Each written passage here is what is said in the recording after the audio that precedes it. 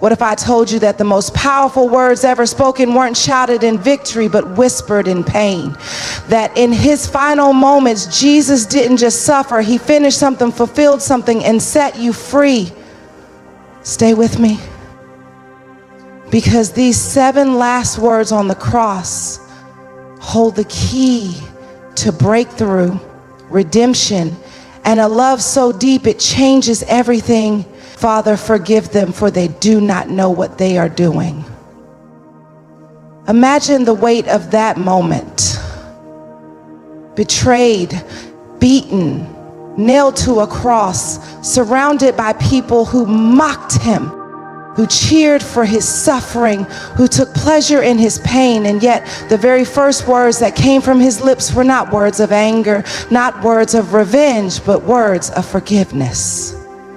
How many times have you been wounded by people who didn't understand the depth of their actions? How many times have you carried the weight of someone else's words, their betrayal, their rejection?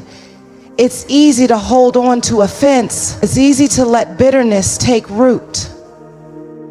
But Jesus shows us something different. He had every right to curse those who hurt him. Yet he chose to intercede on their behalf.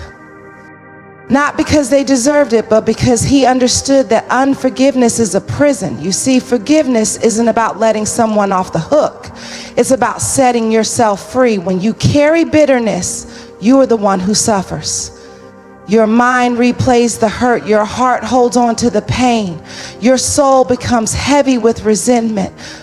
But when you forgive, you release the burden. You reclaim your power. You break the chains that keep you tied to the past. And maybe you're thinking, but you don't know what they did to me. You're right, I don't. But Jesus does. He knows betrayal. Judas, one of his own, sold him for silver. He knows rejection. Peter, who swore to stand by him, denied him 3 times. He knows injustice. He was condemned, though he was innocent, and yet he forgave. Forgiveness is not about excusing what happened. It's not about ignoring the pain. It's about choosing not to let it consume you. When Jesus hung on that cross, he wasn't just offering forgiveness to those who crucified him. He was offering it to all of us. He saw beyond the moment. He knew that the very people who cried out for his death were blinded by their ignorance. He knew that their actions were not a reflection of his worth, but of their brokenness. And that's what we need to understand. Sometimes the people who hurt us don't even realize the full impact of their actions. Sometimes they are acting out of their own pain, their own wounds, their own blindness. That doesn't make it right, but it does mean we have a choice: stay bound to bitterness or step into the freedom of forgiveness. Forgiveness is not a feeling, it's a decision. It's choosing to rise above. It's choosing to release the anger that's been holding you hostage. It's choosing to trust that justice belongs to God. Jesus could have called down angels to destroy his enemies, but he chose love instead. And that love is what changed the world. If Jesus in his deepest agony could utter words of mercy, then so can you. Not because it's easy, but because your peace is worth it. Your freedom is worth it. Let go and step into the healing power of forgiveness. Truly, I say to you, today you will be with me in paradise. Picture the scene. 3 crosses standing against the sky, 3 men sentenced to die. On either side of Jesus, criminals hung, men who had walked a path of destruction, men who had made choices that led them to this moment. One of them, filled with anger and bitterness, mocked Jesus. But the other, broken and humbled by his own mistakes, saw something different. He saw grace. This man had no time to change his past, no time to make things right, no time to prove himself worthy, and yet in a single moment with a simple request, remember me when you come into your kingdom, he was given an eternal promise. Jesus didn't ask him for a list of good deeds. He didn't demand an explanation for his past. He simply responded with love. This is the power of grace. It doesn't wait for you to be perfect. It doesn't demand that you fix everything before you're accepted. Grace meets you exactly where you are. Some of us have been living under the weight of our past, convinced that we're too far gone, that we've made too many mistakes, that God could never love us after everything we've done. But Jesus' words to the thief on the cross prove that redemption is always within reach. Believe you felt like your past disqualifies you from purpose. Maybe you've convinced yourself that you're not worthy of love, of forgiveness, of a fresh start. But let me tell you something. If grace could reach a dying man in his final moments, it can reach you too. You don't have to clean yourself up before you come to God. You don't have to have it all figured out. The moment you turn your heart toward him, he responds with love, with mercy, with open arms. Think about it. The thief had spent his whole life making the wrong choices, but it took only one moment to change his eternity. That means it's not too late for you. It doesn't matter how many times you've fallen. It doesn't matter how broken you feel. It doesn't matter what people have said about you. God's grace is bigger than your past. And here's what's even more powerful. Jesus didn't just say, one day you'll be with me. He said today. That means salvation isn't some distant possibility. It's an immediate transformation. It's not just about where you'll spend eternity. It's about how you walk in freedom right now. You don't have to wait for a perfect moment to step into grace. You don't have to wait until you feel worthy. The invitation is open right now. No matter where you've been, no matter what you've done, God is saying to you, I see you, I love you, and I am ready to receive you. My God, why have you forsaken me? There are moments in life when the weight of pain feels unbearable, when the silence from heaven is deafening, when you cry out but no answer comes. And in that moment, doubt creeps in, whispering, where is God now? Jesus, the Son of God, the one who healed the sick, calmed the storms, and raised the dead, now hangs on a cross, abandoned, rejected, suffering beyond comprehension. And for the first time, he experiences the depth of separation, the feeling of being forsaken. He does not cry out in anger. He does not curse those who put him there. Instead, he speaks the words that so many of us have felt in our darkest hours. God, where are you? If Jesus, the very embodiment of faith, could feel forsaken, then what does that mean for us? It means that feeling abandoned does not mean you are abandoned. It means that even the strongest faith can experience moments of silence. It means that questioning, crying out, and wrestling with doubt does not make you weak. It makes you human. Maybe you've been in that place. Maybe you've prayed and felt like heaven was closed. Maybe you've been faithful, but the breakthrough hasn't come. Maybe you've carried the weight of suffering and wondered if God even sees you. Let me remind you, just because you don't feel him doesn't mean he's not there. In that moment on the cross, Jesus was carrying the full weight of sin, the full burden of separation, the full consequence of brokenness. But what looked like abandonment was actually the greatest act of redemption. What looked like silence was actually the fulfillment of prophecy.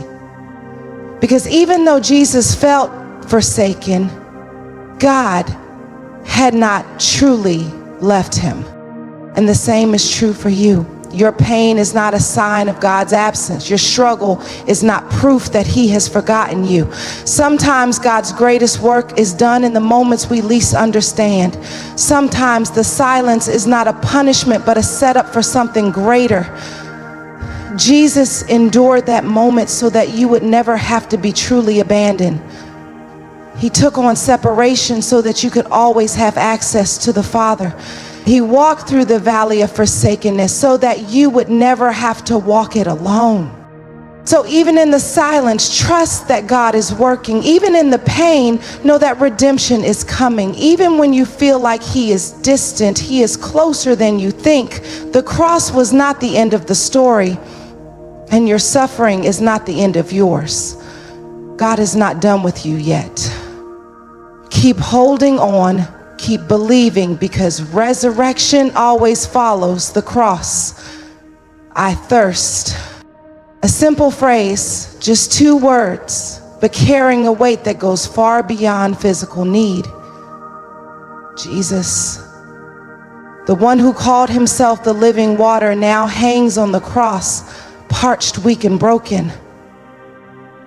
The same mouth that spoke life into existence, that calmed storms, that fed thousands with just a few loaves and fish, now utters a cry of desperation, I thirst. This moment is more than just a physical expression of suffering. It is a deep spiritual revelation. Jesus was experiencing the full depth of human agony, both physically and emotionally. He was enduring suffering beyond comprehension, feeling the weight of sin, the sting of betrayal, and the separation from the Father. And in that moment, He thirsted, not just for water, but for completion, for the fulfillment of His mission, for the souls He came to save. Have you ever been in a season of thirst? A season where your soul felt dry, where your prayers felt unanswered, where you longed for relief but found none. Maybe you've been in a place where you were desperate for something, peace, healing, restoration, but it seemed just out of reach. Jesus understands that feeling. He knows what it means to long for something greater, to endure pain without immediate relief, to suffer while waiting for the promise to be fulfilled. But here's the powerful truth. Jesus thirsted so that you would never have to thirst again. The same Jesus who cried out on the cross had once said to the Samaritan woman at the well, whoever drinks of the water that I shall give him will never thirst again. His suffering made a way for us to be eternally satisfied. His moment of thirst made it possible for us to experience rivers of living water. And yet many of us still walk around spiritually dehydrated, trying to quench our thirst with things that will never satisfy. We chase after success, relationships, validation, and temporary pleasures, thinking they will fulfill us. But they never do. The world offers temporary relief, but only Jesus offers true fulfillment. In that moment on the cross, Jesus wasn't just speaking for Himself. He was speaking for all of us. He was crying out for every soul that would ever feel empty, lost, or abandoned. He was taking on the thirst of humanity so that we could have access to something greater. So what are you thirsting for today? Is it peace? Purpose, a fresh start, whatever it is, know this. Jesus already paid the price for you to be filled. You don't have to keep chasing after things that will never satisfy. You don't have to live in a dry place. Come to Him, drink from the well that never runs dry. Your thirst doesn't have to define you. Your emptiness doesn't have to be permanent. The living water is available, and all you have to do is receive it. It is finished. 3 words that changed everything. 3 words that broke the chains of sin. 3 words that shook the foundations of the earth. Jesus hanging on the cross, battered and beaten, with his final breath declared victory. It is finished. But what did he mean? What was finished? Was it just his suffering? Just his life? No, it was something far greater. In that moment, the price was paid, the debt was canceled, the battle was won. Every prophecy, every promise, every plan that God had set in motion since the beginning of time, it was finished. So many of us live as though the battle is still raging. We live carrying guilt for sins that have already been paid for. We struggle under the weight of shame when Jesus already lifted that burden. We fight to earn love, to prove our worth, to be good enough when Jesus already declared, it is finished. When Jesus spoke these words, he wasn't just talking about his own suffering. He was speaking over you, over your past, over your failures, over everything that has tried to keep you bound. He was saying the enemy no longer has power over you. The curse is broken. Sin has been defeated. The work is complete.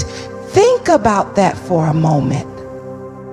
How often do we live as if we are still in chains? How often do we let fear hold us back, let doubt control our decisions, let shame define our identity? Jesus didn't die so we could live halfway free. He died so we could walk in complete victory. Maybe you've been carrying the weight of your mistakes, believing that you'll never be good enough, that you'll never escape your past. But hear this, the price has already been paid. You don't have to earn forgiveness, it's already been given. You don't have to fight for victory, it's already been won. You don't have to keep striving. Jesus finished it. And when something is finished, that means there is nothing left to add. The enemy wants you to believe you still have to do more, still have to work harder, still have to prove yourself. But Jesus' last words tell us the opposite. It is done. There is nothing left to prove, nothing left to earn. The cross was enough. Grace is enough. This is your moment to let go. Let go of the guilt, let go of the fear, let go of the need to strive. You don't have to live in the prison of your past when Jesus already unlocked the door. You don't have to carry burdens that were never meant for you. Step into the freedom he has already won for you. It is finished. The work is done. The victory is yours. Now walk in it. Father, into your hands I commit my spirit. These are the final words of Jesus on the cross, a moment of ultimate surrender after enduring betrayal, torture, and the unbearable weight of sin, after crying out in agony and thirst, after declaring that the work was finished. Jesus took his last breath and let go, not in defeat, but in faith. Think about this. Jesus had been through unimaginable suffering. He had been mocked, abandoned, and crucified. Yet in his final moments, he didn't hold on to resentment. He didn't cling to control. And he didn't fight against what was happening. Instead, he released himself fully into the hands of the Father. How often do we struggle to do the same? How often do we hold on to our pain, our fears, our doubts because we are afraid of letting go?